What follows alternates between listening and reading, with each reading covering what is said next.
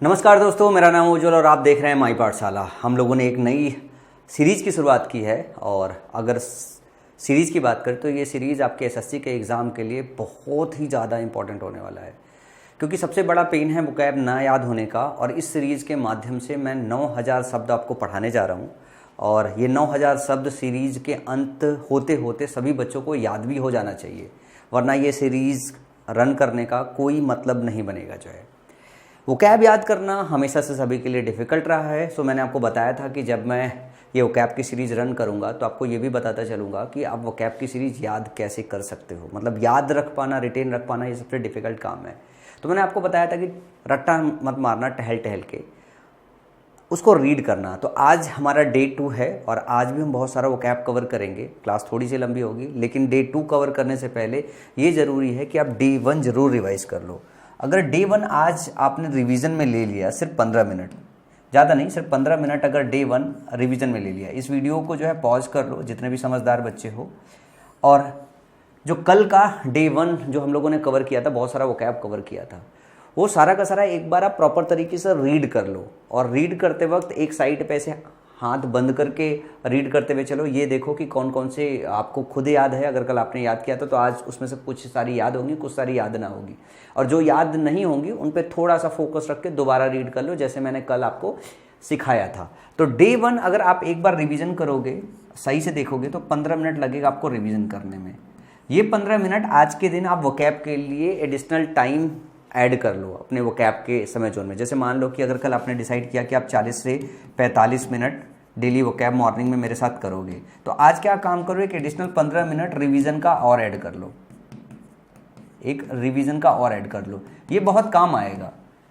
Revision का time आपको जरूर ऐड करना चाहिए। अगर रिवीजन का टाइम आप नहीं ऐड करोगे, डे 01 अगर आज नहीं पढ़ोगे, तो जो कल आपने पढ़ा था वो आपके दिमाग से निकल जाएगा। हमारा दिमाग जो है ना, वो इस एक बाउल की तरह है जिसके नीचे ना एक छोटा सा छेद है। अगर इसमें कोई पानी डालते हैं ना तो इधर से निकल जाता है। तो इस पानी को स्टोर रखने के लिए हमें क्या करना पड़ेगा, यहाँ से एक पाइप लगाना पड़ेगा और ये पाइप को घुमा के वापस इसी में डाल देना पड़ेगा। तो हमारे दिमाग के लिए जो पाइप है ना, ये रिवीजन वाली बात है। ये जो 15 मिनट मैं आपसे डिस्कस कर रहा हूँ, ये 15 मिनट वही आपका रिवीजन जो है, ये आपका वो पाइप है कि जो आपका लीकेज हो रहा है उसको आपको रिसाइकिल कर देगा, आपके दिमाग में, ब्रेन में दोबारा डाल देगा। तो अगर आप ये एक बार रिसाइकिल कर दोगे, कोई बाहर चीज़ लीक नहीं होने दोगे, तो ये टंकी जल्दी भर जाएगी। वैसे ही दिमाग में आपको अगर 9000 शब्द अगर डालना है और हर रोज़ वो थोड़ा थोड़ा भूलेगा, तो जो चीज़ भूल रहा है, अगर रिवीजन का एक प्रोसेस सेट कर लोगे अपने लिए, तो वो कभी भी आपको भूलेगा नहीं।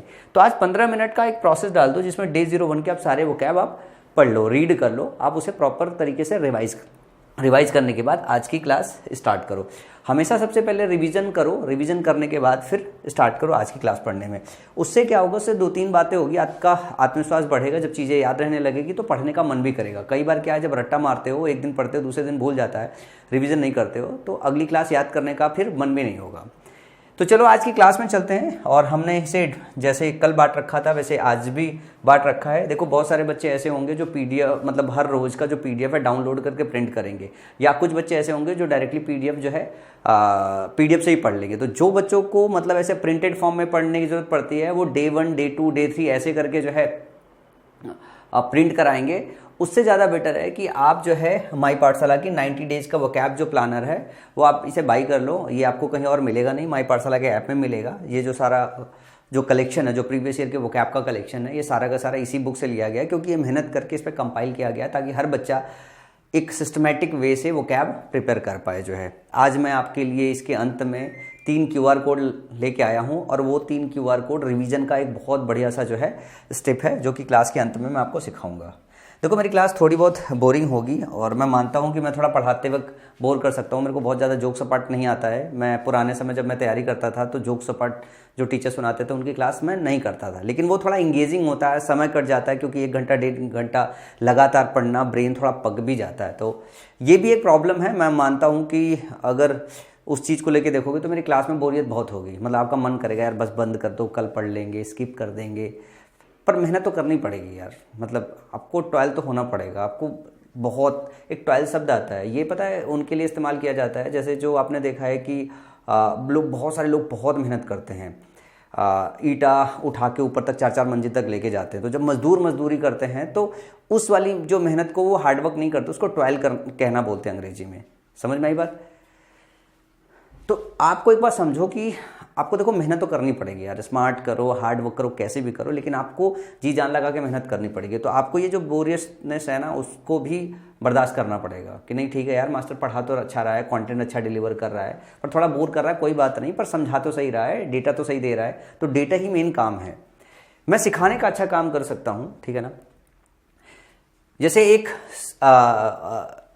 आज का जो पहला वन वर्ड है वो है मोमेंट्री, जो है जिसको बोलते क्षणिक। मोमेंट मतलब होता है क्षण, कहते हैं ना इस मोमेंट पे उस मोमेंट पे, तो मोमेंट का मतलब होता है क्षण और मोमेंट्री का मतलब होता है क्षणिक। मोमेंट्री का मतलब क्षणिक होता है। इसके लिए एक बार स्टेटमेंट आया था आपके एग्जाम में, lasting only for a moment, मतलब जो थोड़े समय के लिए हो उसको क्षणिक बोलते हैं। क्षण भर रहने वाली चीज को क्षणिक बोलते हैं, हिंदी में बोल सकते हैं, और अंग्रेजी में बोलते हैं lasting only for a moment. तो क्या हो जाएगा? मोमेंट्री। पर्टिकुलर मोमेंट में, एक छोटे से मोमेंट में रहने वाली चीज को क्या बोलते हैं? मोमेंट्री। इसके अलावा एक बहुत ज्यादा बार पूछे जाने वाला वन वर्ड है जिसको हम बोलते हैं स्टोइक। इसका मतलब होता है उदासीन। One who is indifferent to pleasure और पेन, जिसको सुख दुख का बिल्कुल पता ना हो, उसको क्या बोलते हैं? उदासीन बोलते हैं। बहुत सारे लोग आपको ऐसे मिल जाएंगे जो है संसार में, जिनको ना सुख से फर्क पड़ता है ना दुख से फर्क पड़ता है। तो उनसे पूछा जाए उनको क्या बोलते हैं, उनको उदासीन बोलते हैं हिंदी में, अंग्रेजी में बोलते हैं स्टोइक। और ये स्टेटमेंट भी याद रखना बहुत जरूरी है, one who is indifferent to pleasure और पेन। अब ये वाला जो आपका वन वर्ड है, मैं थोड़ा समय इसलिए लेना चाहूंगा कि ये अभी के अभी आपको याद हो जाए। अगर अभी याद नहीं हुआ ना तो बात बनेगी नहीं। ये तकरीबन आपके एसएससी एग्जाम में 200 बार पूछा जा चुका है, 200 बार पूछा जा चुका है।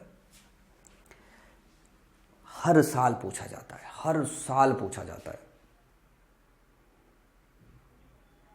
1999 से पेपर कंडक्ट हो रहा है, 1999 से लेके 2024, मतलब 25 साल हो गए। 25 साल में देखोगे तो CGL, CHSL, MTS, स्टेनो, इन सब को मिला के, मल्टीपल सेट्स मिला के कितने पेपर बने होंगे। उन सारे पेपर में अगर देखोगे तो तकरीबन 200 बार पूछा गया है। इतना मतलब ये ऐसा शब्द है कि जब भी एग्जाम बनाया जाता है ये किसी ना किसी सेट में डाला ही जाता है, मल्टीपल सेट में डाला जाता है। मतलब मेरे एग्जाम में भी आया था, मेरे पेपर में भी आया था, बहुत रट के गया था भाई साहब। मेरा तो सही हो गया था, मेरा पेपर यार 2016 वाला बहुत सही हुआ था। इसके बाद एक और चीज़ पूछी जाती है, एक वन वर्ड पूछा जाता है गैस्ट्रोनॉमिक, जिसका मतलब होता है पाक कला। अंग्रेजी में कुछ इसके कीवर्ड्स आपको याद करना पड़ेगा। द प्रैक्टिस और art of choosing, cooking and eating good food, मतलब अच्छे फूड को चूज करना, उसे बनाना, उसे खाना, ठीक है ना। ये जो प्रैक्टिस करने वाला होता है उसको क्या बोलते हैं? गैस्ट्रोनॉमी, पाक कला जिसको बोलते हैं। आप इसको ऐसा भी रख सकते हो, पकाने की कला, याद रखने के लिए मेमोरी में ऐसे डाल सकते हो, पकाने की कला, इसको बोलते हैं गैस्ट्रोनॉमी। गैस्ट्रो जो शब्द होता है वो पेट से रिलेटेड होता है, गैस से रिलेटेड होता है। गैस्ट्रो ऐसे समझ में आता है, और गैस हमारे पेट में बनती है। निमोनिक कैसे बनाते हैं? गैस्ट्रो जैसे बोलते हैं तो इसमें गैस का वो आ रहा है, तो गैस्ट्रोनॉमिक, गैस हमारे पेट से रिलेटेड होता है। और पेट से रिलेटेड मतलब भूख से रिलेटेड, तो अच्छा खाना बनाना, उसकी प्रैक्टिस करना, उसके विषय में सोचना, तो इसको क्या बोलेंगे? गैस्ट्रोनॉमी। तो इस तरीके से आपको निमोनिक थोड़ी बनानी पड़ेगी। अब अलग अलग लोग अलग तरीके से बनाते हैं, पर यही तरीका होता है पढ़ने का, समझने का, अपने सेंस में डालने का। तो शब्दों पे थोड़ा समय आपको देना पड़ेगा, ठहराव डालना पड़ेगा, तब जाके वो याद हो पाएगा। समझ में आई बात? तो गैस्ट्रोनॉमी ये भी कई बार आपके एग्जाम में पूछा गया है। अगले अगर वन वर्ड की बात करें, expel someone from a property specially with in the support of the law,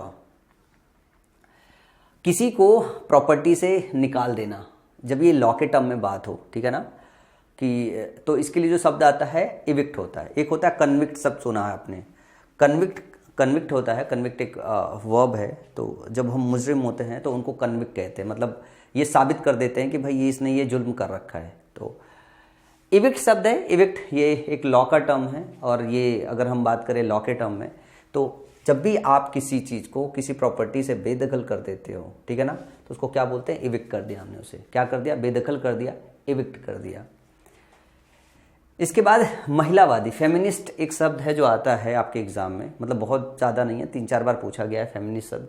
तो मुझे लगता है कि फेमिनिस्ट जो शब्द है लगभग सभी आज के समय में बच्चों को पता होगा, क्योंकि बहुत सोशल मीडिया पे चर्चा होती रहती है।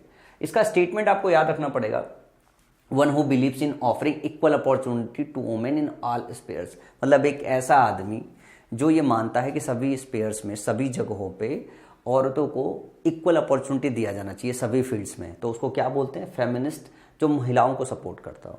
ठीक है। One who studies election trend by means of opinion polls, उसको बोलते हैं psephologist. One who studies election trend, मतलब एक ऐसा आदमी जो इलेक्शन ट्रेंड को स्टडी करता है। मैं इसमें योगेश का नाम लेना चाहता हूँ। आम आदमी पार्टी में पहले ये थे, ये अच्छे सैफोलॉजिस्ट थे। तो जैसे इस बार का भी अगर आप देखोगे तो इन्होंने प्रेडिक्ट किया था कि बीजेपी को 240 के आसपास सीटें मिलेगी, 240 से लेकर 260 तक सीटें मिल सकती है। योगेंद्र यादव उनका नाम है। तो 240 से 260 सीटें मिल सकती हैं, और आप अगर देखोगे तो 240 सीटें मिली।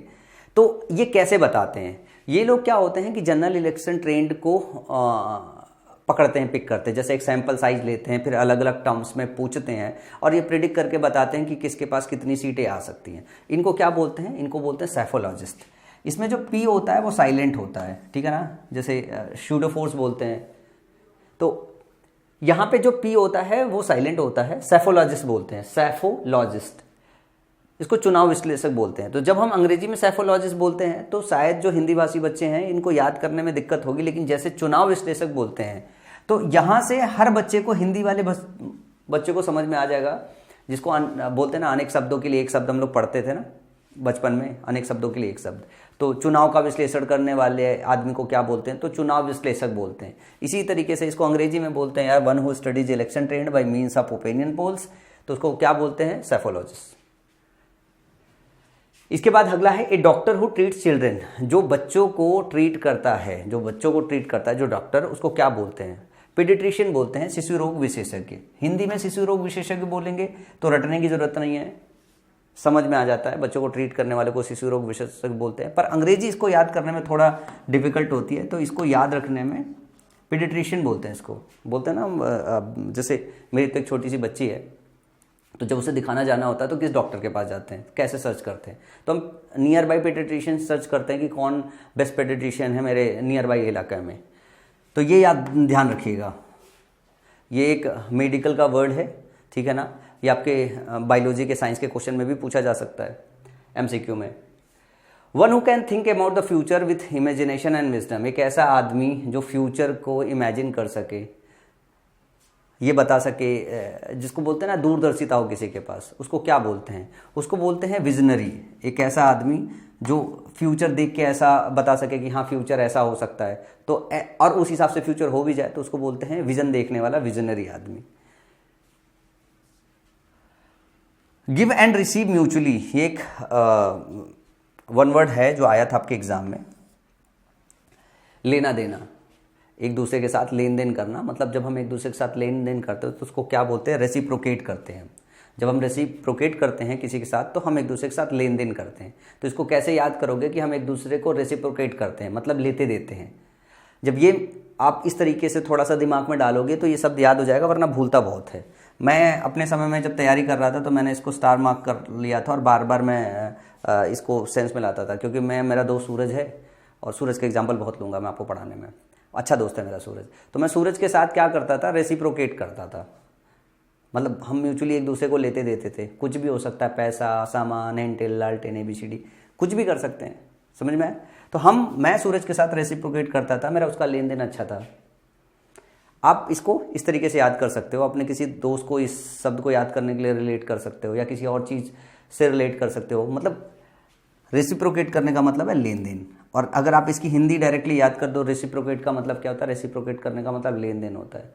तो मैं रेसिप्रोकेट कर रहा हूँ मतलब ले दे रहा हूँ। ये अच्छा शब्द है, आपके एग्जाम में डिफिकल्टी लेवल में थोड़ा सा अच्छे उसमें स्तर में आता है। A building where an audience sits the first, sorry ये दूसरा है। A building where an audience sits, ये मैं बताऊं कि मैं अपने जब इंजीनियरिंग कॉलेज में गया था तो कॉलेज के कैंपस में जैसे इंटर होता था, जैसे मैं एक वो बनाता हूँ, ये मान लो गेट है, कैंपस बहुत बड़ा है, ऐसे बहुत बहुत बड़ा था। तो मान लो यहाँ गेट से इंटर करता था तो यहाँ पे क्या था? एक हॉल था। यहाँ पे एक हॉल था, यहाँ पे बड़ा सा स्क्रीन लगा हुआ था, यहाँ पे चेयर्स और ये सब बड़ा हुआ था, और मैं वहाँ पे गया था। तो इस बिल्डिंग के ऊपर लिखा हुआ था ऑडिटोरियम, इस बिल्डिंग के ऊपर लिखा था ऑडिटोरियम। मैं एचबीडी कानपुर से पढ़ा हूँ, तो बाहर जैसे हम इधर पे एंट्री करते तो इधर पे हमारा ऑडिटोरियम था। तो जब मैं कॉलेज के अंदर गया था बीटेक करने के लिए, तो वहाँ पे जब ऑडिटोरियम लिखा था, मैं 4 साल बीटेक करके चला आया, मेरे को ऑडिटोरियम की डेफिनेशन नहीं पता थी। लेकिन जब मैं एसएससी की तैयारी करना चालू किया तो मेरे को ऑडिटोरियम की पहली बार डेफिनेशन पता चली कि दादा ये ऑडिटोरियम है, और इसके लिए सही क्या है, a building where an audience sits, मतलब एक ऐसी बिल्डिंग जहाँ पे ऑडियंस बैठते उसको बोलते हैं ऑडिटोरियम। समझ में आया? मतलब सभागार जहाँ पे सभाएं होती है। तो वो ऑडिटोरियम में कभी कभी इवेंट्स होता था, जब बाहर से लोग बुलाए जाते थे या एनुअल इवेंट्स होता था, तब ऑडिटोरियम में होता था। तो सभागार, सभा बैठाई जाती है वहाँ पे। तो मैं जब तैयारी कर रहा था एसएससी में, जब वन वर्ड पढ़ रहा तो मेरे को लगा यार बताओ यार कितना बेवकूफ़ था यार, निहायत ही बेवकूफ़ था। आप सोचो कि एक ऐसा बच्चा जो फिजिक्स केमिस्ट्री मैथ अच्छे से जानता है वहाँ पहुँच गया और उसे ऑडिटोरियम का मीन नहीं पता है। मुझे लगा होगा कुछ नहीं हो ये, ऐसा मेरे साथ नहीं होता यार, आप सब बच्चे ऐसे ही हो, सभी के साथ ऐसा होगा। अब इसमें दोष आपका नहीं है, दोष मेरा नहीं था यार। बचपन में हम गांव देहात में पढ़े हुए हैं, हमारी तो बेसिक जो स्कूलिंग होती है, पहले से कक्षा से लेकर 5वीं कक्षा तक हमें इंग्लिश का एक शब्द नहीं पढ़ाया जाता है, और स्पेशली गांव में रहने वाले जो बच्चे होते हैं उनको तो एकदम ही कुछ नहीं पढ़ाया जाता है। अब वो 6वीं स्टैंडर्ड से पहली बार इंग्लिश के शब्द पढ़ना चालू करते हैं।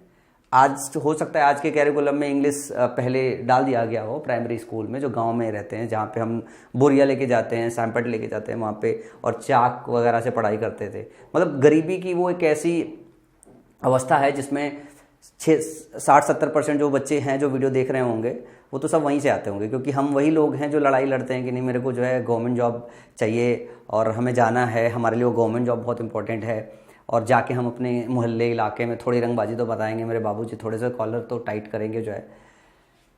तो मैं कभी कभी वही सोचता हूँ यार कि कितना मुश्किल था मेरे लिए। और मुझे लगता है कि अगर आपको भी ये समझ में आता कि आपके लिए मुश्किल है, तो मैं वो रास्ता बताता हूँ कि कुछ मुश्किल नहीं है। आप मेरे साथ 90 दिन ऐसे गुजार के आप जैसे जैसे मैं बताता जा रहा हूँ वैसे वैसे आप करते जाओ। 90 दिन में आपको ये पता चलेगा, अगर एक सिस्टमेटिक वे से अगर रिवीजन करते हुए आप चलोगे ना, सब शब्द याद हो जाएंगे, और फिर आप कमज़ोर से ना मजबूत बच्चे में कन्वर्ट हो जाओगे। तो ये है कि आपको ये सीरीज करनी है मेरे साथ, और अच्छे से करनी है।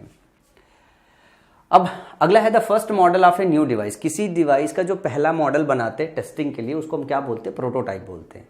तो जैसे मैं अपनी इंग्लिश ग्रामर की पहली किताब लिख रहा था, तो जो पहला वर्जन मैंने उसे बताया था, तो मैं उसको बोलता था ये प्रोटोटाइप है, ठीक है। स्पेशली ये इस्तेमाल अगर देखोगे तो किया क्या जाता है, जब आप डिवाइस वगैरह बना रहे होते हैं तो उसमें पहला मतलब वो होता है कि पहला एक आप MVP बनाते हो, पहली एक कोई प्रोडक्ट बनाते हो, उसका जो फर्स्ट प्रति होता है उसको हम क्या बोलते हैं? उसको हम प्रोटोटाइप बोलते हैं। उसके बाद अगला है टफ टिश्यूज इन जॉइंट्स। जो जॉइंट्स में टफ टिश्यू होता है उसको क्या बोलते हैं? उसको लिगामेंट्स बोलते हैं। इसका इंग्लिश से कोई लेना देना नहीं भाई, इसका इंग्लिश से कोई लेना देना नहीं है। अभी क्या है, ये तो बायोलॉजी वाला नॉलेज है, बायोलॉजी वाला नॉलेज है ना। तो बायोलॉजी की चीज़ें इंग्लिश में भी कभी कभी पूछी जाती है। अस्थिर रज्जु बोलते हैं इसको हिंदी में। इसके बाद अगला है the study of maps. Map की स्टडी को क्या बोलते हैं? कार्टोग्राफी। देखो, ग्राफी एक ऐसा शब्द है जिसको आपको ध्यान से समझना पड़ेगा। ये एक ऐसा सफिक्स है, ये ऐसा सफिक्स है जो बाद में लगता है किसी भी शब्द के आगे, और इसका मतलब होता है अध्ययन। हिंदी लिखना भी भूल जाएंगे क्या अंग्रेजी सीखते सीखते यार। अध्ययन, यही है ना? बताइएगा कमेंट में अगर हिंदी गड़बड़ हो गई हो तो, क्योंकि हिंदी छोड़े हुए भी बहुत लंबा समय हो गया, क्योंकि बीटेक के फर्स्ट ईयर के बाद से तो फिर हिंदी लिखना खत्म ही हो जाता है ना। तो मैप की स्टडी करने वाले को क्या बोलते हैं? कार्टोग्राफी बोलते हैं। और ग्राफी से रिलेटेड बहुत सारे शब्द आते हैं। एक वो भी तरीका होता है कि ग्राफी रख के उसके आगे के जो शब्द है जिसके साथ ग्राफी सफिक्स आता है वो एक साथ रख के पढ़ ले। और ऐसे भी होता है कि आप अगर हम प्रीवियस ईयर्स वाइज चल रहे हैं तो हम वो देख रहे हैं कि कौन कौन सी चीज़ ज़्यादा पूछी गई है। तो कार्टोग्राफी ये कई बार पूछी गई है, तो मैप के अध्ययन को कार्टोग्राफी बोलते हैं, ठीक है ना। एक शब्द बहुत आता है बर्गलार, एक शब्द आता है बर्गलार। इसको हिंदी में बोलते हैं सेंधमार। जो सेंध लगाने वाला बंदा होता है उसको बर्गलार बोलते हैं। तो a person who breaks into houses in order to steal, एक ऐसा आदमी जो घर के अंदर घुस जाता है चोरी करने के दृष्टि से, ठीक है ना। इसके लिए स्टेटमेंट आया था, चोरी करने की दृष्टि से कोई पर्सन अगर हाउस के अंदर, ब्रेक इनटू का मतलब होता है घुसना, फोर्सफुली घुसना, ठीक है ना, उसको बोलते क्या, बर्गलर, सेंधमार। The study of the origin, अब बोलोगे सर थीफ किसको बोलते हैं? थीफ यार देखो, चोरी करने वाले को थीफ बोलते हैं। जब ये स्टेटमेंट आए तो उसके लिए ऑप्शन में ये बर्गलर आएगा, समझ में आया? तो स्टेटमेंट भी याद करना पड़ता है। Person who breaks into houses in order to steal is known as burglar. The study of the origin and history of words, the study of origin and history of word, शब्दों के origin और उसके इतिहास के अध्ययन को क्या कहते हैं? इटमोलॉजी बोलते हैं, इटमोलॉजी बोलते हैं। स्पेलिंग ध्यान से याद रखिएगा। लॉजी भी अध्ययन के लिए आता है और ग्राफी भी अध्ययन के लिए आता है। और study of origin and history of words, ध्यान रखिएगा कि वर्ड्स के अध्ययन को इटमियोलॉजी बोलते हैं। तो ETYMO प्लस लॉजी, ये शब्द के लिए आता है। इटमो शब्द जो आता है ये शब्द के लिए इस्तेमाल किया जाता है। तो शब्दों का ओरिजिन और उसके इतिहास के अध्ययन को इटमोलॉजी बोलते हैं। इसके बाद अगर बात करें one who can walk on ropes, ये बहुत ज़्यादा आपके एग्जाम में आया है, बहुत ज़्यादा बार आपके एग्जाम में आया है। इसको बोलते हैं funambulist. One who can walk on ropes, tight rope walker भी आप इसको बोल सकते हो। आपने देखा है कि जब हम गांव में रहते थे तो मदारी वाले आते थे ना, बंदर लिए हुए।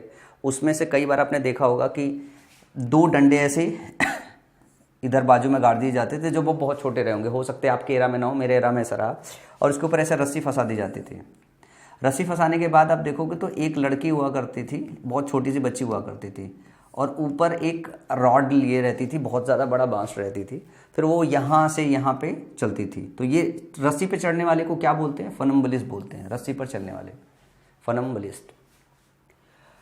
अगला है belonging to all parts of the world, मतलब एक ऐसा व्यक्ति जो पूरे संसार में प्रसिद्ध हो, उसको कॉस्मोपॉलिटन बोलते हैं। एक कॉस्मोपॉलिटन नाम का अखबार भी आता है। तो अगर मैं बोलूँ कॉस्मोपॉलिटन की 1-2 एग्जाम्पल बताऊँ तो आप मोदी जी को, डोनाल्ड ट्रंप को, शाहरुख खान को, अमिताभ बच्चन को, ये सब उस पर्सनालिटी में आते हैं जो कॉस्मोपॉलिटन है, मतलब पूरे संसार में ये लोग जाने जाते हैं। A metal stand that you can put A hot dish, एक मतलब मेटल का वो होता है, क्या कहते हैं, ए मेटल स्टैंड, एक मेटल का स्टैंड बनाया जाता है जिसमें हॉट डिश रख सको आप, ठीक है ना। उसको क्या बोलते हैं? ट्रियू। एक धातु स्टैंड जिसे आप एक गर्म पकवान आदि डाल सकते हैं, तो ट्रियू बोलते हैं, TRI। ट्राई यू भी बोल सकते हो। तो ट्राई और EU, इसको याद कैसे कर सकते हो? स्पेलिंग याद करने का तरीका, ये ट्राई सब तो आता है।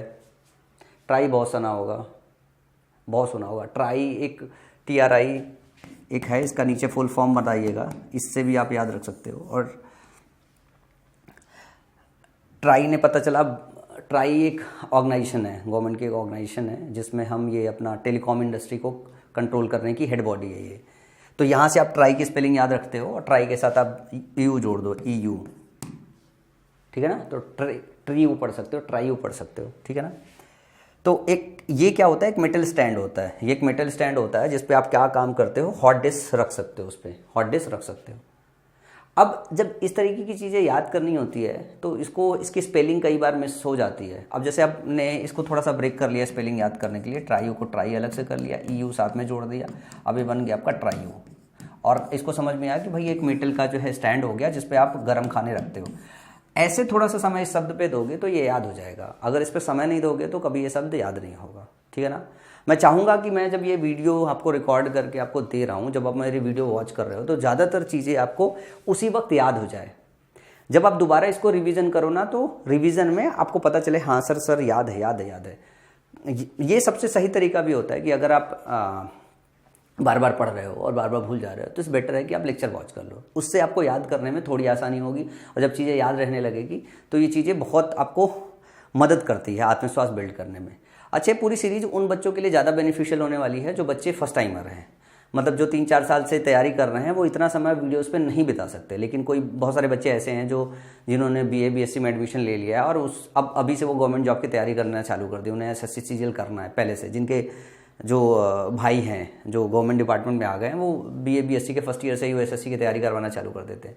तो कोई बच्चा जो अगर बीएससी के फाइनल ईयर में है, बीए के फाइनल ईयर में है, ग्रेजुएशन के फाइनल ईयर में है, अगर वो अभी से तैयारी कर रहा है तो अभी वो समय दे पाएगा इस पर कि एक बार दो बार पूरा वीडियो देख ले। लेकिन अगर आपके पास 4 महीने बचे हुए हैं, 4 महीने में आपको देखना है, तो ये वीडियो मेरे को लगता है कि देखना वेस्ट ऑफ अ टाइम है। मतलब ये मेहनत आपको बहुत पहले कर लेनी चाहिए। तो ये जो सीरीज़ मैं बना रहा हूँ बेसिकली उन बच्चों के लिए बना रहा हूँ जो शुरुआत कर रहे हैं, ताकि शुरुआती दौर में ही ना भटके। बहुत सारे बच्चे तो ऐसे होते हैं 1 साल 2 साल तो वो भटकी जाते हैं, जिनको पता ही नहीं चलता है यार कि कैसे तैयारी करें। 2 साल बाद पता चलता है यार ये कर लिया होता तो ज़्यादा बेहतर होता, वो कर लिया होता तो ज़्यादा बेहतर होता।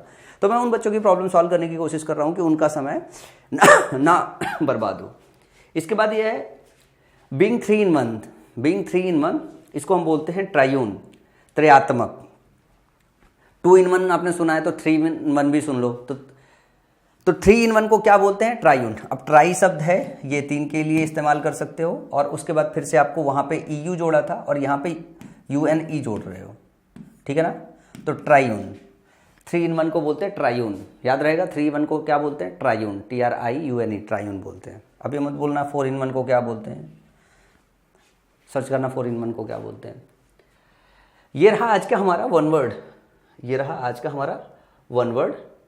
और अब हम बात करेंगे जो है आज के हमारे इडियम्स एंड फ्रेजेस की। इडियम है आज के दिन का, वो है ग्रीन थंब। ग्रीन थंब, हरी उंगली, मतलब हंगर थंब मतलब अंगूठा होता है ना, तो हरी उंगली नहीं हरा अंगूठा। ये बागवानी में कुशल लोगों के लिए इस्तेमाल किया जाता है। मतलब एक ऐसा बंदा जिसके पास जो है हरा अंगूठा है, मतलब आप रिलेट कर सकते हो कि मेरे इधर एक दादाजी हैं जो काम करते रहते मेरे बागान में, उनके पास ग्रीन थंब है। इसका मतलब बागवानी में एक्सपर्ट हैं, बहुत एक्सपीरियंस है। तो to have an natural interest in gardening, किसी को गार्डनिंग में जो है अगर इंटरेस्ट है तो उसको हम क्या बोलते हैं? ग्रीन थंब है वो, ठीक है ना, बागवानी में कुशल है। तो आप कई बार देखोगे तो इस तरीके से आपके क्या आएंगे? स्टेटमेंट आएंगे। Mister Shivam has a green thumb, his garden is always beautiful. मतलब मिस्टर शिवम के पास क्या है? ग्रीन थंब है और उनका जो गार्डन है हमेशा सुंदर दिखाई देता है। अब मिस्टर शिवम के पास ग्रीन थंब है, इसका क्या मतलब हो गया? इसका मतलब ये हो गया कि वो एक्सपर्ट हैं, मतलब वो कुशल आदमी जिनको बागवानी करने आती है। तो इस तरीके से आपका स्टेटमेंट दे देगा। स्टेटमेंट के बाद आपको एक अंडरलाइन दे देगा और बोल देगा ये ग्रीन थंब का मीनिंग बताना। तो ग्रीन थंब का मतलब क्या आ गया? To have an natural interest in gardening. किसी का गार्डनिंग में नेचुरल इंटरेस्ट हो, या यूँ मान लो कि बाद में आ जाए कि गार्डनिंग करने में कोई कुशल हो, उसको भी ग्रीन थंब बोल देंगे, ठीक है ना। अब एक आया है प्लेड हवॉक, ठीक है। तो अगर हम प्ले कर रहे हैं, खेलना, हवाक मतलब बहुत, हवाक एक तूफान के सेंस में इस्तेमाल होता है। तो कॉज्ड डिस्ट्रक्शन, प्लेड हवॉक का मतलब होता है बहुत ज़्यादा हानि पहुंचा देना, बहुत ज़्यादा हानि पहुंचा देना। अब स्टेटमेंट देखो, the acid rain plays havoc with marine life. Acid rain हो वही, उसने क्या कर दिया? उसने प्ले कर दिया हवॉक, वो किसमें? मरीन लाइफ में। मरीन लाइफ मतलब समुद्री जीवन की बात करते हैं। अगर एसिड रेन होगा तो वो मरीन लाइन डिस्टर्ब होगी। प्लेड हवॉक का मतलब बहुत ज़्यादा डिस्ट्रक्शन कर दिया। ये इजी भी है, इतना डिफिकल्ट नहीं है याद करना। अब एक चीज़ है, नो लव लॉस्ट बिटवीन।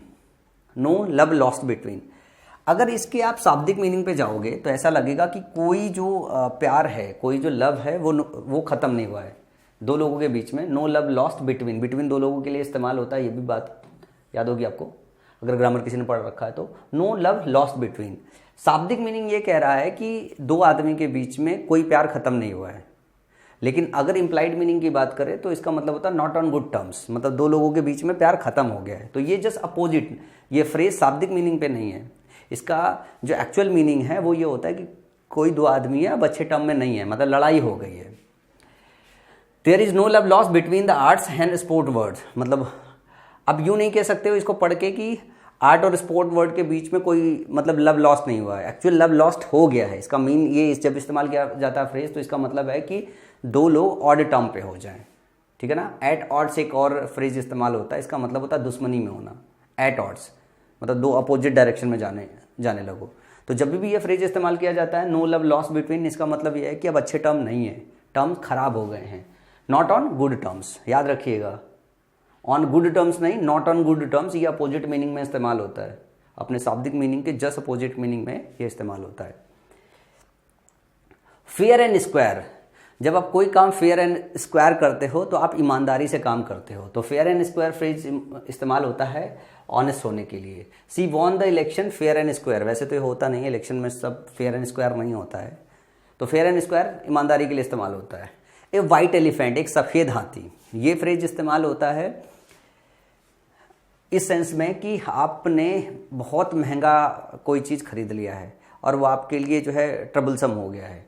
तो कॉस्टली और ट्रबलसम पोजीशन, एक कहते हैं ना कि हमने सफ़ेद हाथी पाल लिया। सफ़ेद हाथी पाल लिया मतलब कोई चीज़ जो आपने खरीद ली आपसे संभल नहीं रहा है। जैसे मान लो कि एक एग्जांपल देता हूँ मैं, जैसे मान लो कि मैं महीने का 2 लाख रुपए कमाता हूँ, ठीक है, और मैंने 10 करोड़ का बंगला बना लिया, 10 करोड़ का बंगला बना लिया। सवाल ये नहीं कि 10 करोड़ का बंगला बनाना, सवाल ये है कि 10 करोड़ का बंगला बना लेने के बाद ना उसके मेंटेनेंस में 2 लाख से ज़्यादा चले जाने का महीने का। तो मेरी सैलरी से ऊपर जो है क्या हो गया, वो बंगले का मेंटेनेंस हो गया। तो मेरे लिए क्या हो गया, किस तरीके का पोजीशन हो गया, एक वाइट एलिफेंट हो गया मेरे लिए, एक वाइट एलिफेंट हो गया। तो ए वाइट एलिफेंट इस्तेमाल करते हैं कि आपके पोजीशन में कुछ ऐसी चीज़ आ जाए जो ट्रबलसम हो जाए या बहुत ज़्यादा महंगा हो जाए। समझ में आया? White elephant, a motor car would be a white elephant to him, जो एक मोटर कार होगा उसके लिए वाइट एलिफेंट होगा। जैसे मान लो कि मेरी अपनी गाड़ी है होंडा सिविक, जो कार की बात कर रहे हैं, यही इस गाड़ी का जो माइलेज है वो 7 या 8 के माइलेज से चलती है, मतलब खून से चलती है, वो पेट्रोल से नहीं चलती है, ऐसा दुनिया बोलती है। अब मेरे घर से ऑफिस का जो डिस्टेंस है वो 4 किलोमीटर है और मैं क्या होता हूँ, 4 किलोमीटर आता हूँ, 4 किलोमीटर जाता हूँ, 8 किलोमीटर के आसपास। मेरा इससे ज़्यादा ट्रैवल नहीं है। मैं यूजुअली ऑफिस आता हूँ, फिर घर जाता हूँ, घर से ऑफिस आता हूँ, इसके अलावा मैं घूमने में नहीं जाता हूँ। कितने साल हो गया शायद मैं कहीं घूमने गया हूँ, ऑफिस के काम के अलावा मैं कभी जाता भी नहीं हूँ कहीं भी। तो मेरे लिए 6-7 किलोमीटर जो है पर लीटर जो है ये बियर करना मेरे लिए आसान है। भले मेरी सैलरी कम हो, मैं पैसे कम कमाता हूँ, पर मेरे लिए तभी भी आसान है कि मैं इसे अफोर्ड कर पाता हूँ जो है, क्योंकि मैं डिस्टेंस कम चला रहा हूँ। अब एक बंदे का जो है 50 किलोमीटर आना और 50 किलोमीटर जाना हो और उसकी 50,000 की सैलरी हो और वो फिर होंडा सिविक खरीद ले, ठीक है ना, 50,000 की सैलरी हो और वो होंडा सिविक खरीद ले, तो वो होंडा सिविक उसके लिए क्या हो जाएगा, एक वाइट एलिफेंट हो जाएगा, क्योंकि उसका पेट्रोल ही भर नहीं पाएगा। जितना तो उसकी सैलरी नहीं, उससे तो ज़्यादा उसका खर्चा आ जाएगा। समझ में आई बात? तो ये वाइट एलिफेंट का मतलब होता है कि बहुत कॉस्टली और ट्रबलसम भी हो। समझ में आई बात? बहुत बार आया है आपके एग्जाम में यह फ्रेज, तो याद रखिएगा। एक और फ्रेज आता है out and out. Out and out का मतलब होता है टोटली, पूर्ण रूप से। आउट एंड आउट का मतलब होता है टोटली, पूर्ण रूप से। एग्जाम्पल देखो, the whole project was an out and out disaster. जो पूरा प्रोजेक्ट था वो पूरी तरीके से डिजास्टर था। तो आउट एंड आउट इस्तेमाल किया जाता है पूर्ण रूप से, पूरी तरीके से, जब हम डिस्कस करना चाहे तो। चलो आगे देखते हैं। ऑन द कफ, जब हम ऑन द कफ करते हैं तो हम उधार में करते हैं, ऑन क्रेडिट करते हैं। तो he bought an English Chinese dictionary on the cuff. उसने एक इंग्लिश चाइनीज डिक्शनरी बाई किया। कैसे बाई किया? ऑन द कफ में बाई किया या उधार में बाई किया।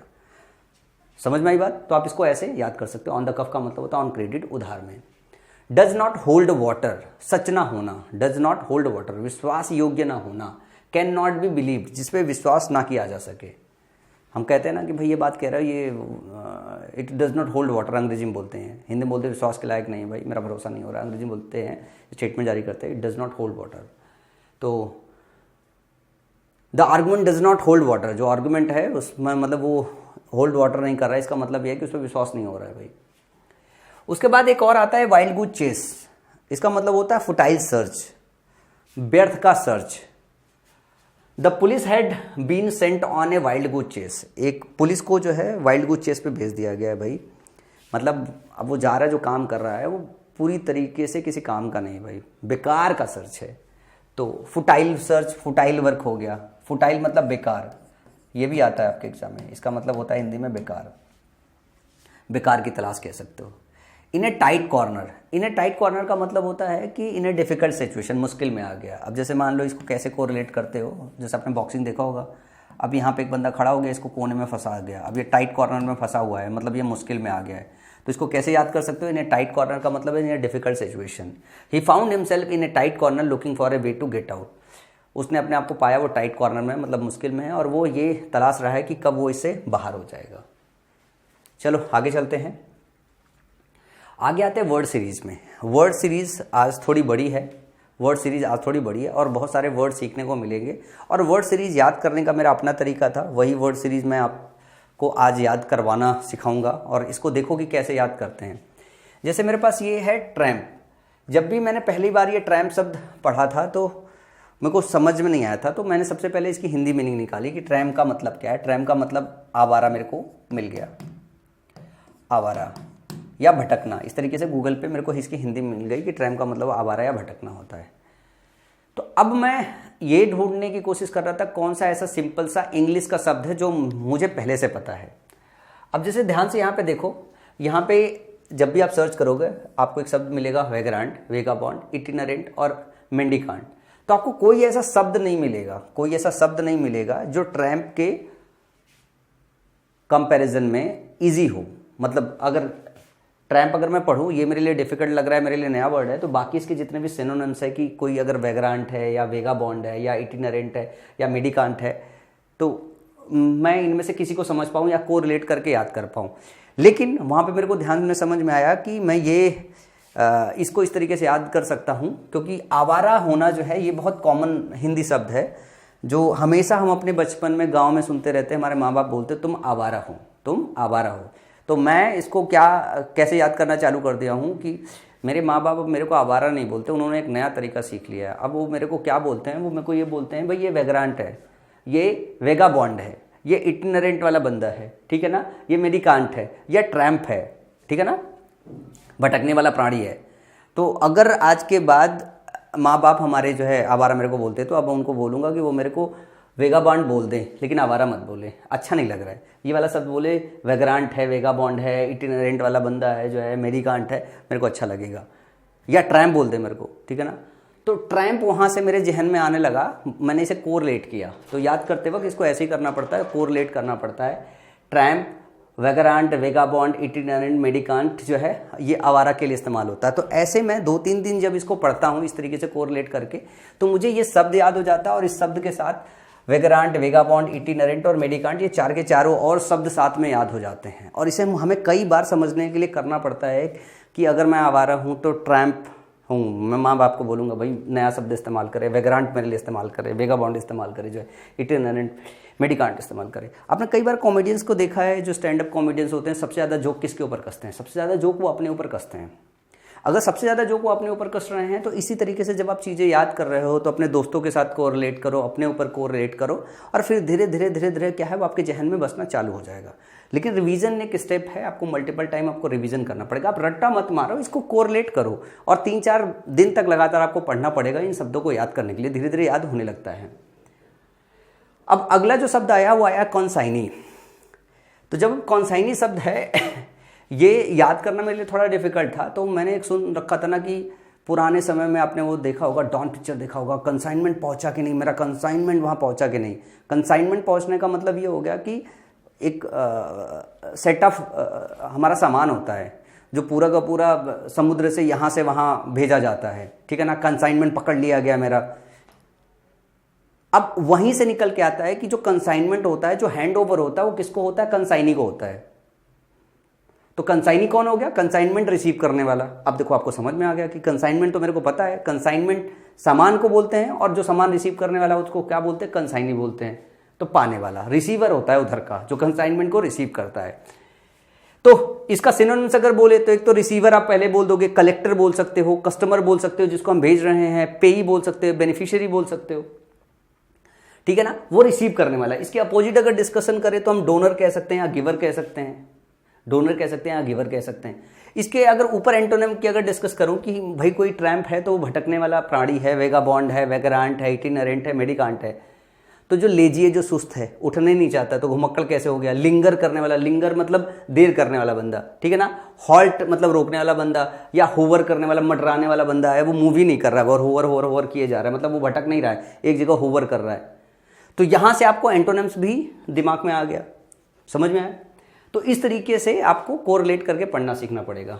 इसके बाद अगर बात करें तो इनफ्यूटेशन की बात कर रहे हैं, सॉरी इनफैचुएशन की बात कर रहे हैं, INFATUATION है, इनफैचुएशन की बात कर रहे हैं। तो जब इनफैचुएशन की बात करते हैं ये इस्तेमाल होता है मुग्धता के लिए।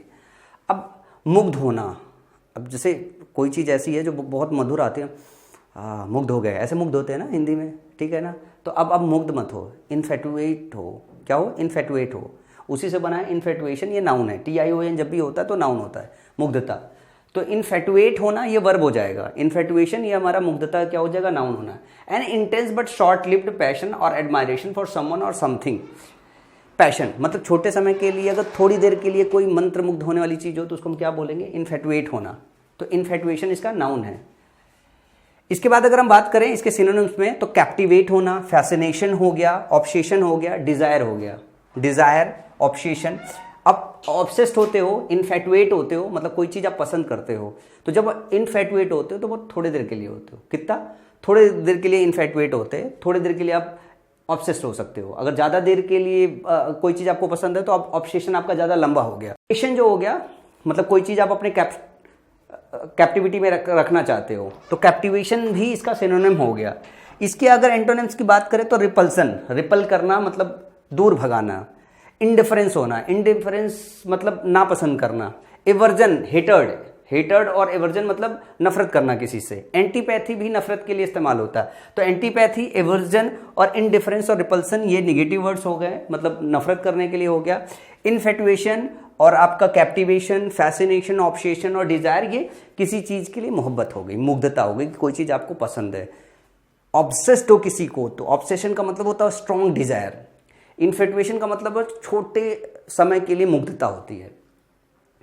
अब जैसे एक ब्यूटीफुल, आप कहोगे यार ये तो सभी को पता है, तो आपको ब्यूटीफुल नहीं याद रखना है, ये बहुत सिंपल शब्द है जो आपको याद है। इसके सिनोनिम्स याद करना पड़ेगा कि एल्योरिंग, कोई चीज एल्योर कर रही है मतलब आपको अच्छी लग रही है, ठीक है ना। Appealing, charming, delicate, delightful, elegant.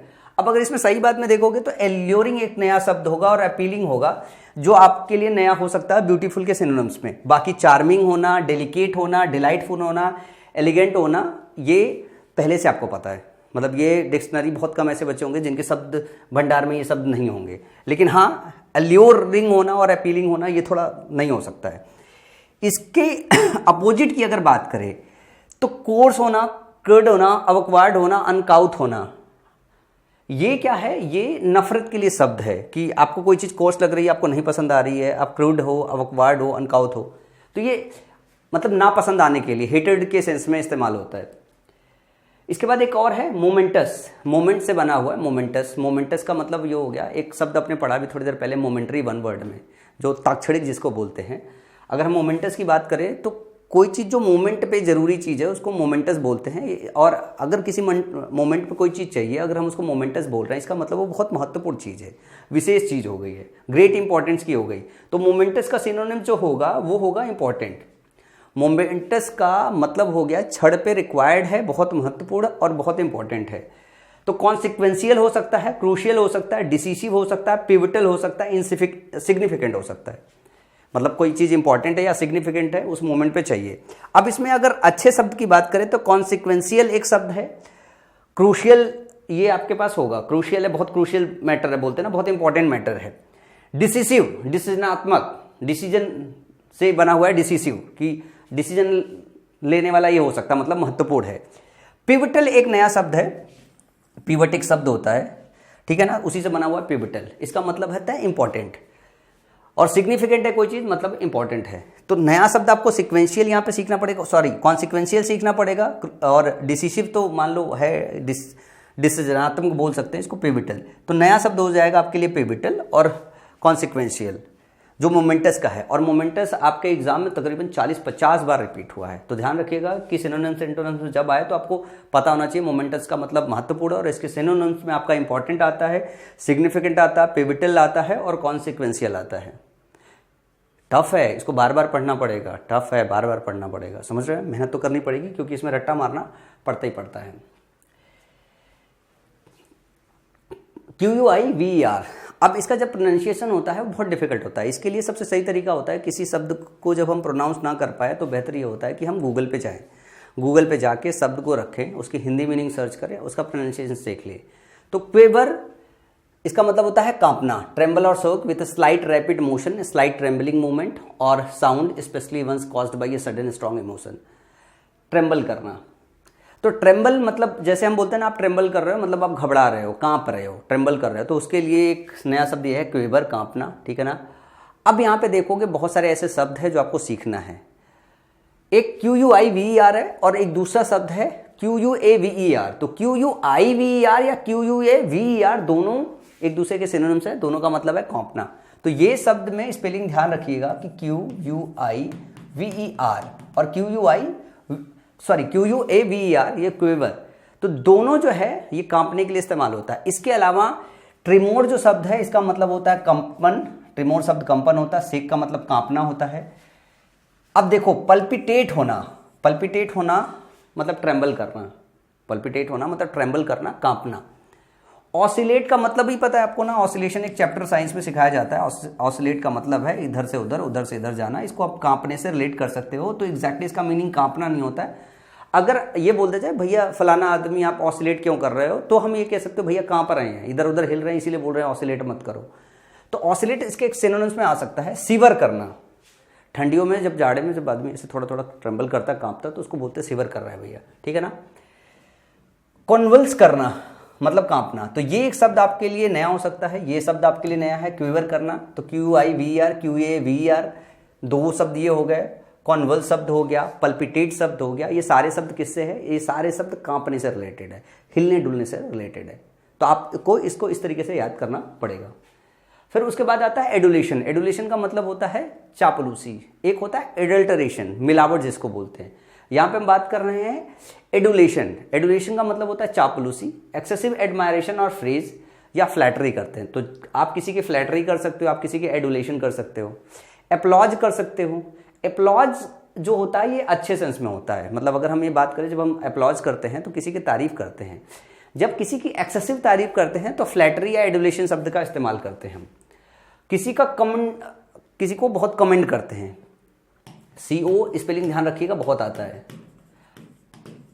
Commendation. इसका मतलब है कि आप कमेंड करना मतलब किसी की बड़ाई करना। तो कमेंडेशन उसी से बना हुआ नाउन, कमेंड एक वर्ब हो गया जिसका मतलब होता है किसी की बड़ाई करना, तारीफ करना, तो इसके सिनोनिम्स में आएगा। ब्लांडिसमेंट करना, किसी की भव्यगिरी करना कि बहुत सही काम कर रहा है, बहुत सही। तो ब्लांडिसमेंट जो है ये एडुलेशन का एक सिनोनिम्स है। इसके अलावा साइकोपेंसी करना, ठीक है। फॉनिंग करना, फॉनिंग का मतलब होता है चापलूसी करना। इसका सीधा अगर हिंदी देखोगे तो इसका मतलब होता है चापलूस। चापलूस क्या होता है, फॉनिंग का मतलब चापलूस होता है। और इसमें जो W होता है वो साइलेंट होता है, फॉनिंग बोलते हैं इसको, फॉनिंग, फॉनिंग, फॉनिंग बोलते हैं। इसमें W साइलेंट होता है। क्या होता है, W साइलेंट होता है। अब मैं अगर आपसे पूछूं कि चापलूसी करने के लिए हमारी डिक्शनरी में आज से पहले कितने शब्द थे, तो फ्लैटरी हम जानते थे, हम साइकोपेंसी भी हमने सुना था। तो फ्लैटरी हमारे लिए था मेनली जो शब्द मेरे को समझ में आता है, ठीक है ना। आप सबकी डिक्शनरी में यही होगा। फ्लैटरी के अलावा एडुलेशन आज जोड़ लीजिए नया, कि आप एडुलेट कर रहे हो किसी को, इसका मतलब चापलूसी कर रहे हो, आप कमेंट कर रहे हो तो किसी की तारीफ कर रहे हो। चापलूसी से नहीं है, ये तारीफ के लिए इस्तेमाल होता है, पर इसके सिनोनिम्स में आ जाएगा। ब्लांडिसमेंट कर रहे हो मतलब किसी की भव्यगिरी कर रहे हो, मतलब चापलूसी कर रहे हो, किसी की बड़ाई कर रहे हो। साइकोपेंसी इसी टर्म में इस्तेमाल होता है। और फॉनिंग शब्द याद रख लो, फाउंडिंग आपके सिनोनिम सेंटेंस में बहुत मिलेगा। समझ में आया, ये सारे शब्दों के कलेक्शन अच्छा है। इसके बाद कंटेम्पलेट करना मतलब चिंतन करना होता है। इसी का एक नाउन बना हुआ है कंटेम्पलेशन, ठीक है ना। Contemplation the action of looking thoroughly at something for a long time, किसी के ऊपर एकदम घूर करके जो है वो करना, मतलब चिंतन करना, मंथन करना। तो मेडिटेशन भी आपका चिंतन करने में एक आता है। रिफ्लेक्शन इसका सिनोनिम्स होता है। और साथ में रिवेरी एक शब्द होता है जिसको बोलते हैं मन की लहर, मतलब भावना बोलते हैं इसको। चिंतन के लिए ये आपका रिवेरी शब्द भी आता है, चिंतन। अब दिन में ऐसे करके ना कुछ सोच रहे होते किसी चीज़ की, भाव में खोए हुए होते हो, तो कंटेम्पलेशन चिंतन के सिनोनिम्स में आता है।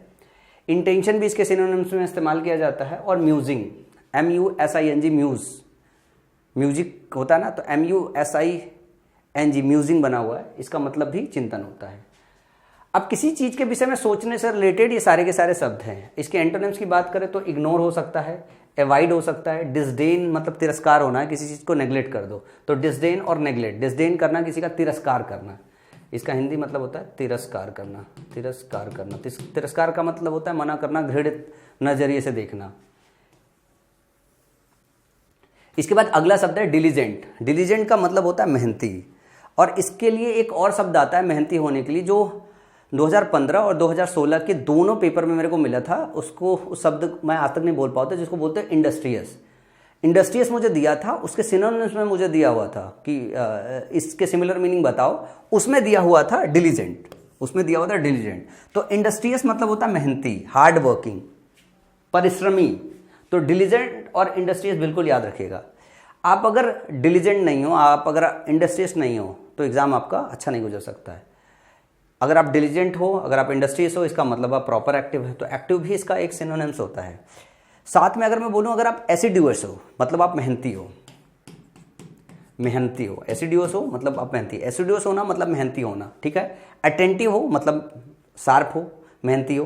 परसिस्टेंट हो, कहते हैं ना कि स्टूडेंट की लाइफ में परसिस्टेंट होना भी एक क्वालिटी है कि उसको परसिस्टेंट होना पड़ेगा। और अगर कोई आदमी परसिस्टेंट है मतलब लगातार काम कर रहा है, ये सबसे बेहतर क्वालिटी होती है, परसिस्ट होना, लगातार काम करते रहना। स्टूडियस एक शब्द है, जैसे इंडस्ट्रियस है उसी तरीके से आप याद रख सकते हो स्टूडियस। टायरलेस हो आप मतलब थक ही नहीं रहे हो, मतलब मेहनती हो, ठीक है ना। तो ये इसके सिनोनिम्स में आते हैं। तो ध्यान रखिएगा कि इसमें जो डिलीजेंट है, डिलीजेंट इंडस्ट्रियस, डिलीजेंट हो तो इंडस्ट्रियस हो, इंडस्ट्रियस हो तो परसिस्टेंट हो, परसिस्टेंट हो तो स्टूडियस हो, टायरलेस हो और आप एक्टिव हो, एसिडुअस हो। ये इस तरीके से आप इसे याद कर सकते हो। या आप ये बोल सकते हो पेन स्टेकिंग हो, बहुत ज़्यादा पेन लेने वाले हो, मतलब बहुत मेहनती हो, तो पेन स्टेकिंग इसके एक सिनोनिम्स में और आता है। इसके अगर अपोजिट की बात करें तो आप इग्नोरेंट हो, इनएक्टिव हो, इनअटेंटिव हो, आइडल सुस्त हो, लैंग्विड हो।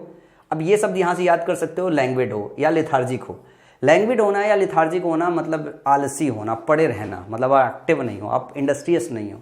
तो देखो आपको शब्द कितने नए मिले। डिलीजेंट के साथ साथ आपको अगर देखो तो इसके अपोजिट मिला कि भाई एक्टिव हो तो डिलीजेंट इंडस्ट्रियस हो, अगर इनएक्टिव हो तो आप लैंग्विड हो या लेथार्जिक हो, लैंग्विड हो या लेथार्जिक हो। तो ये सारे शब्द आपको सीखना पड़ेगा, और जितना ज़्यादा जो शब्द होगा, और ये जो शब्दों का कलेक्शन मैं आपके बीच में लेके आया हूँ, ये वो शब्द है जो आपके एग्जाम में आते हैं।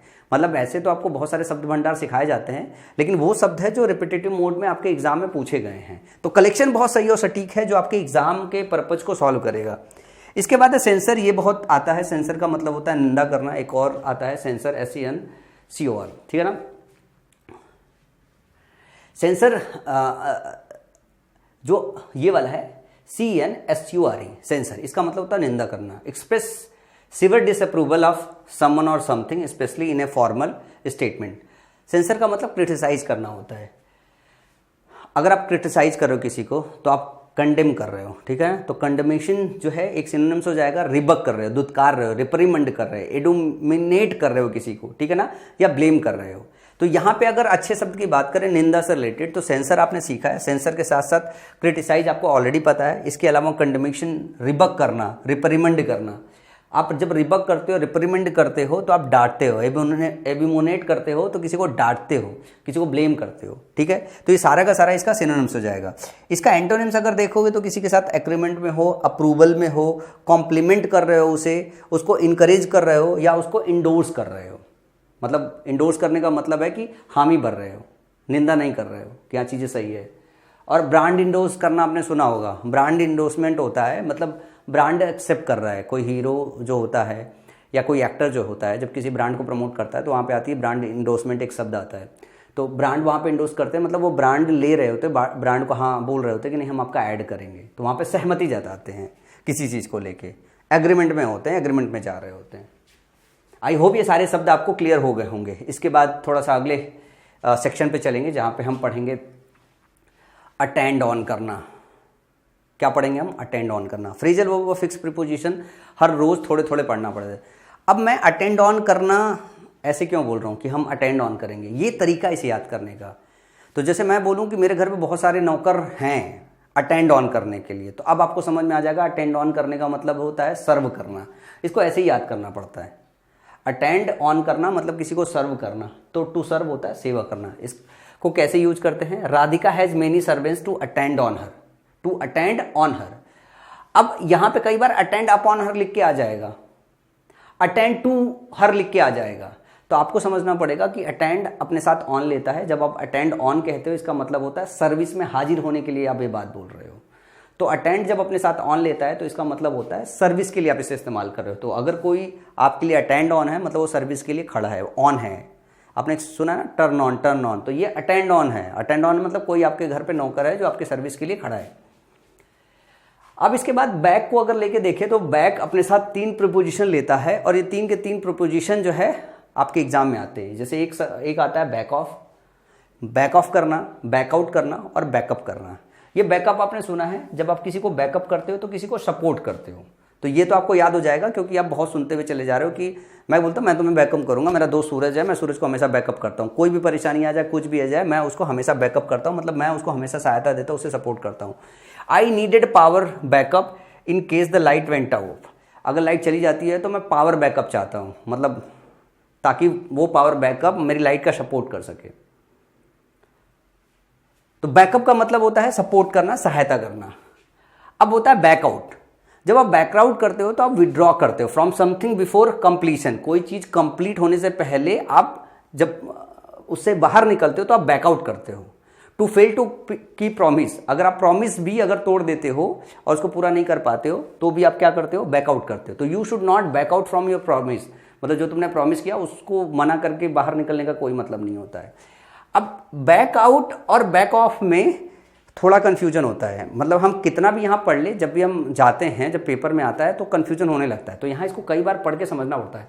जब आप बैक ऑफ करते हो तो ध्यान से समझना, टू रिट्रीट पीछे हटना, to choose not to take action, ये चुनना कि अब आप एक्शन नहीं लेते हो, या आप यूं बोलते हो दावा छोड़ते हो। अब जैसे टू रिट्रीट का मतलब होता है पीछे हटना, टू रिट्रीट का मतलब होता है पीछे होना। जैसे सोल्जर्स बॉर्डर पे होते हैं तो वहां से वो क्या करते हैं, बैक ऑफ करते हैं, बैकआउट करते हैं। वहां पे बैक ऑफ करते हैं, इसका मतलब वो पीछे हट रहे हैं, रिट्रीट कर रहे हैं। इसका दूसरा मीनिंग होता है to choose not to take action. तो जब आप पीछे हटते हो, जब रिट्रीट करते हो, बैक ऑफ करते हैं सोल्जर्स बॉर्डर से, तो वहां पे भी तो एक्शन नहीं लेते हैं कोई ना। अब यहाँ एक और स्टेटमेंट जरा देखना, finally she backed off from her claim on the property. अब यहाँ पे क्या है कि एक प्रॉपर्टी पे वो क्लेम कर रही थी, फाइनली वो बैक ऑफ कर गई, मतलब उसने अपना दावा छोड़ दिया। तो दावा छोड़ने के सेंस में भी आप बैक ऑफ का इस्तेमाल करते हो, पीछे हटने के सेंस में भी आप बैकअप का इस्तेमाल करते हो। समझ में आई बात? तो ध्यान रखिएगा। और बैकआउट किस लिए इस्तेमाल करते हैं, to withdraw from something before completion, कोई चीज कंप्लीट करने से पहले हटना। जैसे वादा हो गया, प्रॉमिस हो गया कि मैं बैकआउट कर गया, ठीक है ना, मैंने कोई काम कमिट किया, मैं काम करूंगा, उस काम से बैकआउट हो गया। लेकिन जब बॉर्डर पे सोल्जर्स वापस होते हैं तो वो रिट्रीट करते हैं, पीछे हटते हैं। क्या करते हैं, वो रिट्रीट करते हैं, पीछे हटते हैं। किसी प्रॉपर्टी पे आपका दावा है, वहां से अगर आपने छोड़ दिया तो दावा छोड़ रहे हो। तो इसका मतलब ये इस्तेमाल होता है पीछे हटने से, दावा छोड़ने से। बैकआउट होता है कि कोई काम आपने कंप्लीशन के लिए लिया है और वो काम कंप्लीट करने से आप जब पीछे उठते हो तो आप बैकआउट होते हो। तो ध्यान रखिएगा, इन दोनों में कंफ्यूजन ना हो आपको। उसके बाद अगर बात करें तो बैंक अपॉन होता है। बैंक अपॉन जो इस्तेमाल होता है, इसीलिए काउंट ऑन भी इस्तेमाल होता है, टू रिलाई ऑन भी इस्तेमाल होता है। तो जब आप किसी के ऊपर बैंक ऑन करते हो, बैंक अपॉन करते हो, तो आप डिपेंडेंट होते हो। क्या होते हैं, डिपेंडेंट होते हो। जैसे मैं सूरज पे बैंक ऑन करता हूँ, मैं उस पर काउंट डाउन करता हूँ, मैं उस पर रिलाई ऑन करता हूँ। You can not bank upon him as he may take you in at any time. Take you in, take someone in, जो ये फ्रेज होता है, ये टेक यू इन, यहाँ पे जो स्टेटमेंट बनाया गया बहुत कायदे से बनाया गया। ये एक फ्रेज है, इसका मतलब होता है किसी को अचंभित करना। क्या है, किसी को धोखा देना। टेक यू इन का मतलब होता है, तो you can not bank upon him, तुम उस पर निर्भर नहीं कर सकते हो। As he may take you in at any time, वो किसी समय भी तुमको धोखा दे सकता है। एक फ्रेज होता है take someone in. Take someone in का मतलब होता है एक का बैग किसी को अचंभित कर देना, उसे धोखा दे देना। वो सोच रहा है ऐसा करोगे और तुमने क्या किया, टेक यू इन कर दिया।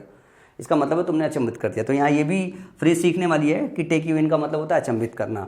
और बैंक ओपन के जैसे I bank upon Suraj, I count on Suraj, I rely on Suraj. मैं ये तीनों बात बोल सकता हूँ। इसका मतलब है कि मैं सूरज पे भरोसा करता हूँ, उस पर निर्भर रहता हूँ। समझ में आई बात? किसी के ऊपर निर्भर होना और सपोर्ट देना, मतलब जब मैं ये बोलता हूँ मैं सूरज के ऊपर निर्भर करता हूँ, उसके ऊपर भरोसा करता हूँ, और इसी सेंस में आप ऐसा है टू सपोर्ट, बैकअप करना, मैं सूरज को हमेशा बैकअप करता हूँ। तो इसको ऐसे रिलेट करके आपको पढ़ना होगा। अब अगले वर्जन पे चलते हैं। एक शब्द जिसके साथ फिक्स प्रीपोजिशन की बात करते हैं। अबिस्टीमियस अपने साथ एक प्रीपोजिशन इन लेता है। ये ईटिंग और ड्रिंकिंग के लिए इस्तेमाल होता है। Those who are abstemious in foods habit enjoy good health. जो फूड हैबिट्स में अबिस्टीमियस इन है वो अच्छी हेल्थ इंजॉय करते हैं। अब बहुत सारे बच्चे ये बोलेंगे कि अबिस्टिमियस जो है वो इसका हिंदी मीनिंग क्या होता है। तो मैं आज के लिए आपको होमवर्क देता हूँ, इसकी हिंदी मीनिंग सर्च कीजिएगा, नीचे लिखिएगा, लेकिन सेंस आपको समझ में आ रहा है, मेरे कहने से सेंस समझिएगा। Those who are abstemious in food habits enjoy good health. जो लोग अबिस्टिमियस इन हैं फूड हैबिट्स में, वो अच्छे हेल्थ का एंजॉय करते हैं। अब इससे एक सेंस तो आपको लग गया होगा। मैंने शुरुआती दौर में बहुत हिंदी मीनिंग जानने की कोशिश की, बाद में फिर मैंने ना इंग्लिश को इंग्लिश के सेंस में पकड़ना चालू किया। तो जब आप इंग्लिश को इंग्लिश के सेंस में पकड़ना चालू करते हो ना, तो और अच्छे से आपका इंग्लिश में मन लगने लगता है। तो आप हिंदी भी पढ़ो, साथ में उसको इंग्लिश में भी सीखने की कोशिश करो, तब जाके आप कहीं पकड़ बना पाओगे इंग्लिश में। गूगल करके नीचे मेरे को इसका हिंदी मीनिंग बताइएगा। अब अगला है एक्सीड टू, ए रिक्वेस्ट और proposal. He accede to my request.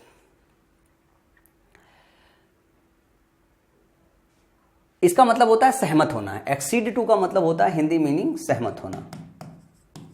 अब सभी का अगर होमवर्क दे दूंगा तो मैं पढ़ाऊंगा क्या। एक्सीड टू का मतलब होता है सहमत होना। और हम सहमत किसके लिए होते हैं, जब एक्सीड टू लगाते हैं तो किसी रिक्वेस्ट या प्रपोजल के लिए होते हैं। ही एक्सीड टू माई रिक्वेस्ट, वो मेरे रिक्वेस्ट पे मान गया, सहमत हो गया। इसके बाद है एक्सेस टू। एक्सेस टू होता है मीन्स ऑफ रीचिंग या अप्रोचिंग। एक्सेस टू का मतलब होता है कि आपका किसी के पास पहुंच होना। एक्सेस टू इस्तेमाल होता है पहुंच के लिए, किसी के पास आपका पहुंच होना। I have no access to the prime minister. मेरे पास कोई एक्सेस टू नहीं है प्राइम मिनिस्टर का। एक हम बोलते हैं मेरे पास कोई एक्सेस नहीं है प्राइम मिनिस्टर का, एक हम बोलते हैं मेरे पास कोई एक्सेस टू नहीं है प्राइम मिनिस्टर का। तो एक्सेस अपने साथ प्रीपोजिशन टू लेता है और इसका मतलब होता है किसी के पास पहुंच होना, रीच होना। इसके बाद अगला है एडहेयर टू। एडहेयर टू का मतलब होता है स्टिक टू। स्टिक टू का मतलब होता है किसी से चिपके होना है। We decided to adhere to the programme already agreed upon. Agreed upon का मतलब होता है कि हम किसी चीज पे एग्री हुए हों। तो वी डिसाइडेड टू एडहेयर मतलब हम उस पर लगे रहेंगे। एडहेयर टू का मतलब स्टिक टू करना, चिपके रहना या लगे रहना। इसकी हिंदी भी याद कर लो, लगे रहना, लगे रहना। और तीसरा है अप्रूव ऑफ। अप्रूव ऑफ का मतलब है कि अप्रूव करना, लेकिन अप्रूव अपने साथ प्रीपोजिशन ऑफ लगता है, ठीक है। तो अप्रूव ऑफ करना मतलब अपना अप्रूवल देना, give one's approval. She approved of my proposal in no time. उसने मेरा जो प्रपोजल है वो बहुत कम समय में अप्रूव ऑफ कर दिया। अप्रूव ऑफ कर दिया मतलब अपना सहमति दे दी। अब यहाँ पे जो याद रख सकते हो ये है कि अबिस्टिमियस अपने साथ प्रीपोजिशन इन लेता है, एक्सेस, एक्सीड और एडहेयर अपने साथ प्रीपोजिशन टू लेता है, अप्रूव अपने साथ प्रीपोजिशन ऑफ लेता है। और जब अप्रूव ऑफ लेता है अपने साथ प्रीपोजिशन, इसका मतलब है कि आपको अप्रूवल मिलता है किसी को। समझ में आए, किसी चीज को आप अप्रूव ऑफ करते हो मतलब अपनी सहमति देते हो। अब इसके बाद एक चीज और है जो आज के दिन है, जो कल के दिन भी कराना था, वो सेक्शन छूट गया जल्दबाजी में। तो ये है क्लोज में आपको इसको देखने को मिलेगा या फिलर्स में देखने को मिलेगा। देखो अल्टर जो है दो स्पेलिंग में आता है, प्रोनाउंसिएशन लगभग सेंस होता है। एक होता है अल्टर, एक होता है, मैं इसको जब याद करता था इसको बोलता था अल्टर, इसको बोलता था अल्टार। इससे मुझे याद रह जाता था। प्रोनाउंसिएशन दोनों का सिमिलर होता है अल्टर, लेकिन इसको मैं जानबूझ के अल्टर और अल्टार पढ़ता था ताकि कंफ्यूजन ना हो। ये अल्टर का मतलब होता है बदलना, ये अल्टर का मतलब होता है परिवर्तन करना, चेंज करना। We had to alter some of our plans, हमें कुछ अपने प्लान बदलने पड़ेंगे। ये जो अल्टार होता है वो होता है वेदी, वर्शिप का प्लेस होता है। ही बोर्ड बिफोर द अल्टार, ठीक है ना। तो ये अल्टार का मतलब होता है वेदी। हिंदी वाले बहुत सारे बच्चे वेदी समझते होंगे, इंग्लिश वाले बच्चे प्लेस ऑफ वर्शिप समझ सकते हैं इसे। एक और है असेंट और असेंट, ठीक है ना। एक असेंट का मतलब होता है एग्री करना, स्वीकृति होना। एक असेंट का मतलब होता है क्लाइंबिंग अप, चढ़ाई करना। तो ध्यान रखना कि ASCENT इसका मतलब है पहाड़ों पे चढ़ना, किसी ऊंचाई पे चढ़ना। और ये असेंट का मतलब होता है सहमति देना। और ये इतनी बार आपके एग्जाम में आया है कि पूछो मत। तकरीबन इसको हम किस कैटेगरी में रखते हैं, होमोफोन्स की कैटेगरी में रखते हैं। होमोफोन्स की कैटेगरी में रखते हैं जिसमें दो शब्द ऐसे होते हैं जिनके प्रोनाउंसिएशन नियरली सेम होते हैं पर उनकी मीनिंग अलग होती है। ये जो एग्जाम में आपके डाले जाते हैं वो क्लोज टेस्ट में डाले जाते हैं या फिर आपके फिलर्स में डाले जाते हैं। और ऑप्शन में आपको ये दोनों दिया रहेगा, बस अगर इनकी स्पेलिंग और इनकी मीनिंग पता नहीं है तो बहुत गलती करोगे। तकरीबन आपको 200 होमोफोन्स याद करने पड़ते हैं और 90 दिन में अगर आप 2 का अगर मल्टीप्लाई करो तो कितना हो जाएगा, 180। तो किसी दिन 3 भी ले लेंगे तो मिला जुला के वो 200 आपके कवर हो जाएंगे। और यही वो कॉमन होमोफोन्स है जो आपको कवर करने हैं। अभी कहोगे सर आज 2 है, आज तो 2 याद हो जाएगा। आज तो 2 याद हो जाएगा, लेकिन धीरे धीरे करके 90 दिन में जब 200 पहुंचोगे ना तो उसमें से आधा निकल जाता है। तो रिवीजन बहुत इंपॉर्टेंट है। जब तक प्रॉपर तरीके से रिवीजन नहीं करोगे बात नहीं बनेगी आपकी। इंग्लिश की अच्छी तैयारी करने के लिए मैं आपको एक सोर्स सजेस्ट करना चाहूँगा, ठीक है। अगर मेरी क्लासेस आपको पसंद आ रही हो तो, अच्छा, सोर्स सजेस्ट करने का छोड़ो, लेकिन एक इंपॉर्टेंट चीज़ है। अच्छा, आपको रिवीजन करना है तो मैंने आपको बताया था क्लास के स्टार्ट में कि मैंने एक व्यवस्था कर रखी है जिसमें आप अच्छा काम कर सकते हो। ये 3 QR कोड है, मैं सामने से हट जाता हूँ। ये 3 QR कोड में जब भी आप ये स्कैन करोगे तो आपको माई पाठशाला का ऐप खुल जाएगा, अगर किसी के पास इंस्टॉल नहीं है। और किसी के पास अगर 90 डेज का प्लानर है तो ये क्विज 1, क्विज 2, क्विज 3 आज जो मैंने क्लासेस पढ़ाई है उन पे बेस 3 क्विजेज बने हुए हैं जिसमें सारे के सारे शब्द कवर हो जाएंगे, कोई सिंगल शब्द नहीं होगा जो छूटेगा। तो रिवीजन के लिए सबसे तरीका क्या होता है, आप MCQ क्विज के फॉर्म में लगा लो। MCQ आप क्विज के फॉर्म में लगा लो और उसमें ये देखो कि जो शब्द है क्या आप MCQ के फॉर्मेट में आप उसको करेक्ट कर पा रहे हो। इससे आपके एग्जाम की अच्छी खासी प्रैक्टिस हो जाती है। तो मैं उम्मीद करता हूँ आज की क्लास आपको पसंद आई है। आज डे 2 है हमारा और सीरीज को पूरी तरीके से कंप्लीट कीजिएगा। मैं 90 दिन पूरा आपका 9000 वर्ड्स पढ़ाऊंगा और 9000 वर्ड्स पढ़ाने के बाद आप देखोगे आपको सब का सब याद हो जाएगा। समझ में आया? और ये वो बेहतरीन कंटेंट होगा कि जब आप एग्जाम में बैठोगे एक शब्द भी इससे बाहर नहीं आएगा। अगर इससे बाहर आया तो किसी किताब में नहीं मिलेगा। 9000 शब्द बहुत होते हैं और रूटीन में से इसे जो है आपको करना है। और अभी आप जो है तकरीबन 1 घंटा वो कैप के लिए एलोकेट करो। मैं 3 महीने के अंदर आपके पूरे 9000 वर्ड्स बिल्ड करा दूंगा और एक बार 9000 वर्ड्स बिल्ड करा दिया मैंने तो आप ये मान के चलो कि आपका ग्रामर भी सही हो जाएगा, आपका कॉम्प्रिहेंशन का सेक्शन भी सही हो जाएगा, आपका सब सही हो जाएगा। तो आज की क्लास में यहीं आपको अलविदा कहता हूँ। कल की क्लास में वापस डे 3 के साथ मिलूंगा जो है।